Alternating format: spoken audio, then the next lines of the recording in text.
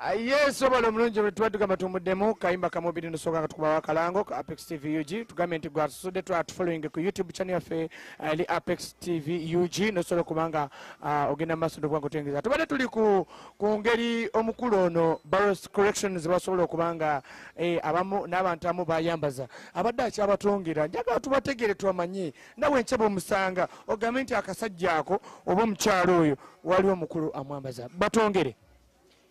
Yes, tuanza nyo shukrani. Baada ncha kunyonyola abantu bangi nnyo abambadde ku ngoye za Baros collection. Shows nyingi nnyo, fashion shows nyingi nnyo zen holdings zen showings up my stuff singa bomanyi.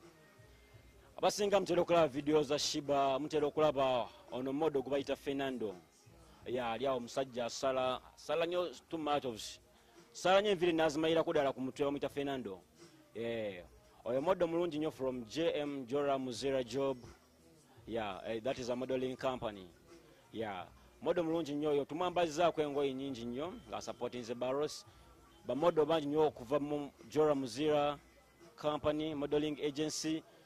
Bambaziza nnyo engoye nyingi nnyo. Ate basasinza obakozesa mu videos. Most videos Irene Ntale, mwamulaba mu Stamina Daddy. Ba model mwe bali omu bangi nnyo engoye zaalimu zonna. That is a Baros collection. Kati ngegwe Baros oyina birooto ki bomba muntu oba n'ekirooto kyo kati gwe njaga otangazeemu kawo katono oyina kirooto ki?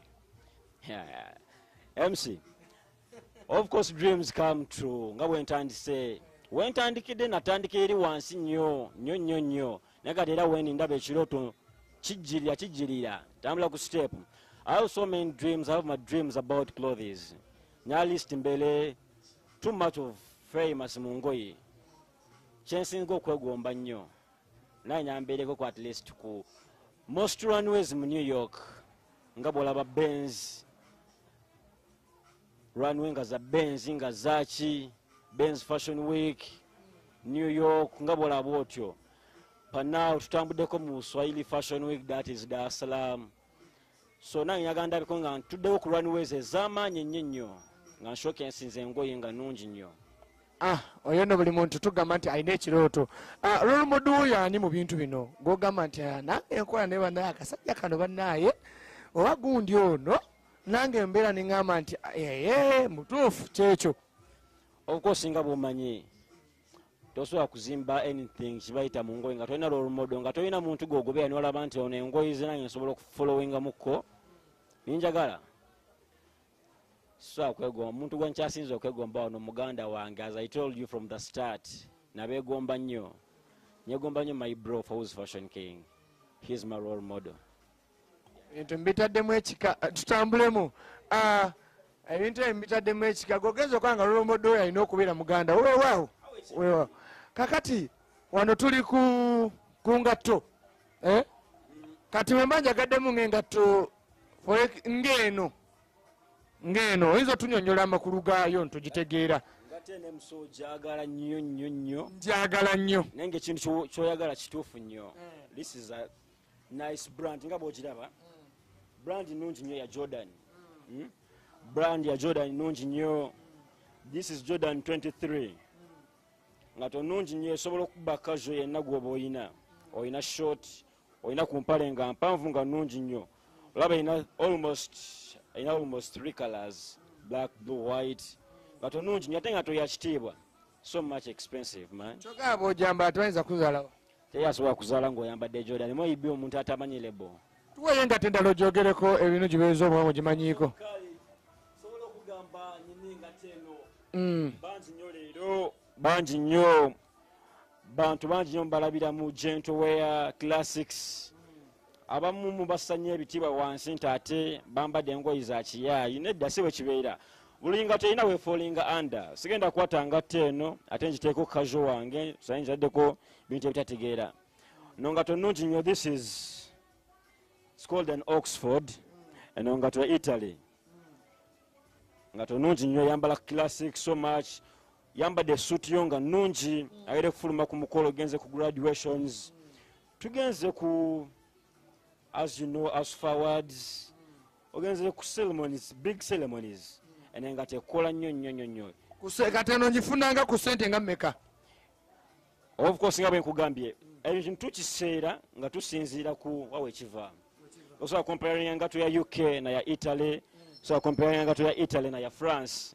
Ekima kirina ebbeeyi yakyo. So this is France, this is shoe from Italy. Nga bw'omanyi classic asinga ava Italy wano. In the whole world, Italy is the best in classics. Ine nga teri mitwalo nga 35. Nasijja kusema kati nyinza gikuwaako mu bitundutundu n'egitwala mbitundutundu tekisinziira tuveeyo omulungi aliko apexiviole kubanga oterakongeza konako olwaliro angamba ekisinziira eno paati ekyali paati 1 tutuka apexive kulanga lutundiko mikwenda akongeza konako olwaliro tukyagenda maaso kati eno ndokirabika tuvuddeyo katukyukakyukamu tugenda ndawo amasuuti amasaati kati wano wowe tuli njagala okwata olumu ku lumu t-shirt eno ogigambe etula n'eno tusobole okubanga naffe nange ngamba yinza va nga nguzeeyo akantu saagala wano wakiri kitya? Yes, all right. Well, these are called short collar shirts. Yeah.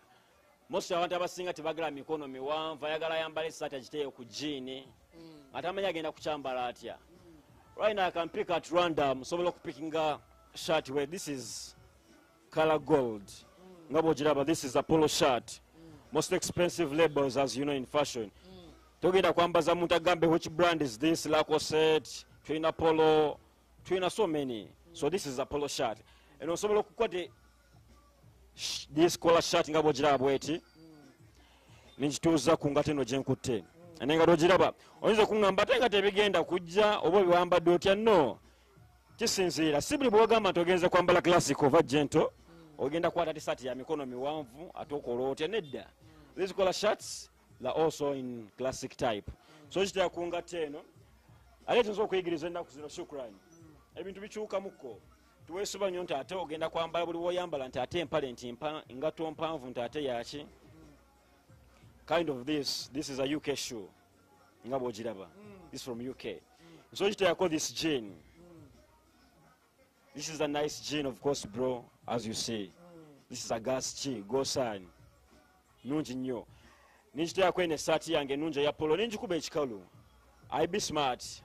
As we speak. Notako no musipi? No musipi nga mulungi nyo. So notako belt yange ya Gucci. Ya ninjikuba bulungi ekikalu. Nimbera so smart. I go anywhere. Ne wonsanga wano wonsanga in big hotels. Tonzala wanyonta ate byenkube byakira yes kakati njagala kwerekereza omukulu Baros collection njagala osoke ba youth bali inspiring just bakuyigeko ki bawema waliwo abantu abalwanire basangeyo balwana okufuna ebintu tumepanga oba amagezi ki. Of course mu industry tulimu eno ba youth banji nyina kuzina abambala engoyi banji nyo bambala engoyi tebamanyi engoyi tuzambala tutya. Ajja kumanta ajja kukwata mpale ya yero akwate sati ya yero akwate engato ya yero byonna bikwata abikube. Of course that awajja kulaba nti amachinze bagenda mukana akanta kagamba that when you match all colors that means you've designed. Sibwe kibeera teri designer asobola kumatchinga colors zonna. It's not in fashion and design to match all colors. Mukiwulidde abali abalungi batoka Apex TV tusangibwawa oyinza okutumira ku bakyalibo n'otulekera akanamba k'essimu wali oyinza obeera nga baga twagala kuconnectinga mu kkono oyo tenenge gye tuconnectinga naye kati tulaba otumire ku bantu mukadde ke tusigazizza then omala otumira ku bantu otugambe ne location wene namba y'essimu tukiggale. Shukran nkyogere kirungi naye nga mbadde nsaba tupozingemuko. Nsaba tupozingemuko olwo session ey'amaanyi nnyo ate gye njagala kutegeeza ku bantu. Just akatiniko mbategeeza ebintu ebiriku ebirungi ennyo ebiri mu Baros collection. Baros collection buli omu asobola ogenda n'agula essaati n'ogula empale n'obireeta n'otunda abantu naye nga ate waliwo we batwawulira. Osobola okwawula, that means osobola okulaba empaka bategese best fashion stylist bamuweereza award, bateeka best fashion designer n'ogamba ate stylist ne designer bali batya babaawula batya. So shukran mbadde nsaba twogereko ekyo ekintu tukitegeezeko ku bantu enlight people who is a stylist, who is a designer nga bw'omanyi. Yes katugamba tukyalina Baros collections atagenda maaso ayina ensonga gy'abadde aleese oba agireese nga bubaka alina waayitidde sinamutega naye njagala atugamba obubaka obwadde agamba kati tutandike okwawula omuceere ku nnyama twawule amatooke kawunga basi ensonga egitangaazeemu nga tunagenda wala. You're right, kyogera kituufu nnyo. Baana bangi abambala engoye mu fashion. This generation is a new generation, bro. Generation nnyo. Abantu bangi bambala engoye, bantu bangi beetumya amannya, mpulira ba fashion biki, bani fashion, ani fashion. Buli mazimbewo ekintu ekikye. Naye nga they don't tebawula waawo bagwa under which category. Nga bwe ndaba wano mu generation gye ndi mu here like here in Bra Town. Unless you have stylists, bro. We don't have any designer except like one or two. That's what I can tell you. Most people are stylists. Nenga tebamanyi they are stylists. Nenga nga they know but designer. Aja kwambala jeani ye. Nga bunagambi from the start ayambale saati ye. Ogambe mulenzi design nzoli. Byonna bya green. Byonna bya green bya yellow. Agambe mulenzi oli design nze. Nenga design nzo kulebo ntate oli agent nyaga ku designinga. You're not a designer. What ogenda mu designing oti? That means you're a stylist. Ostylinze engoye z'abalala. Ostylinze engoye z'abalala. That is stylist. Ogenda kugula gino ogule engato yokola otya? That means you're a stylist. Osobola okufunira omuntu engoye Shukrani onkubira essimu Baros. Nyagala okumpala nyagala ku kinzijaawo. Nkwalina mu dduuka nkwate jeani. Ngambe eno jeani Shukrani. Jeani gikwate teeka engato eri. Teeka essaati eyo okole bw'oti ogende. Ngambe awo Baros is a designer. Obana ogambe he's my designer. That means sibe kibeera I'm your stylist. Awombeera stylist. Nenga ate bwe tugenda mu designer. Mu designing, fashion and design. Tweda okusoma bintu tubitegeere, otule ku machine ng'osobola okutondawo ekintu ekikyo. Your art. That is being a designer. Osobola okukwata essuuti eno nga bw'ogiraba bw'eti. Nga bw'eri mu dduuka as you see. Osobola ogisanga wano Shukrani n'otandika nti ena suuti. There's no blazers. Banzi gye bajja. Blazers, how much are your blazers? These are not blazers. These are suits. Full package. So you can't compare a blazer coat and a suit. You can't. Obintu oba obigasse. Oba bitabudde. That is a suit. Ngeva mikono gya Baros collection. So okutondawo olugoye lulwo, onoonyeza material, good material, onoonyeza amapeesa malungi nnyo. Otereeza buli kimu nnyo. As you see suits. Abo bira bintu birungi nnyo. Bintu bya Baros collection nga bw'oziraba empale bwe ziti. Eno si jean. Wasigenda kutuuka ate mu dduuka nti ate mumpeereza empale efaanana bw'eti no. Bintu otondawo kintu kikyo, good measurements n'oziteekaawo for your people. So okutondawo so much dresses abagenze ku fashion shows. Dresses ennungi nnyo zitwambaliza aba models. Nga dress ennungi nnyo otaddemu details zizo zokka. Ndeese ekintu ku stage kyange nze akiina. Ne design aleese ekintu ekira ku stage kikye. That's what they call designing. Mbeera mwawukana nnyo temufaanagana ate kugatta bintu mbanga abasambi b'omupiira. Bwebeera buutu bambala buutu, same buutu, same jazz. Temukola omukulu mumwewuliridde. Tulage twe enamba y'essimu ne wetusangibwa tufune we tuggala. Yo, thank you so much Shukran. Thank you so much Conrad on the camera. Thank you so much Apex TV. Mwebale nnyo kujja kwa Baros collection. You can get me on my Instagram handle Slight Baros, my Facebook handle Slight Baros still, Twitter still Slight Baros. For more contacts, you can contact me on my Airtel line. My Airtel line is 0704640121. That is Baros. My MTN 0789532700. Well, once again, I'm located along Bulemba Road. Abasinga musobola okubeera kwa mutawuni tamanyi Bulemba Road. Njakola Bulemba Road esangibwawa. Most people bamanyi Kakoba Road. Kakoba Road opposite Global High School or near Masjid Abubakar. Osobola okunsanga Slight Baros edduuka weeri mu flat second floor. For more details abagala okutungisa amasuuti, abakazi abagala okutunga ebintu ebirungi, oliyo yakwambalamu just onyuse mu town toyina kyakwambala ogendako out. You're stuck like in somewhere, you don't have what to put on. I close ngalo sawa nga 5. Nate ekyo kyogedde. Tebongeramu. Yes, ate manda kuzo tulina akantu akadde ka trending mu Uganda yange era nange nkufunye kakubulize wano.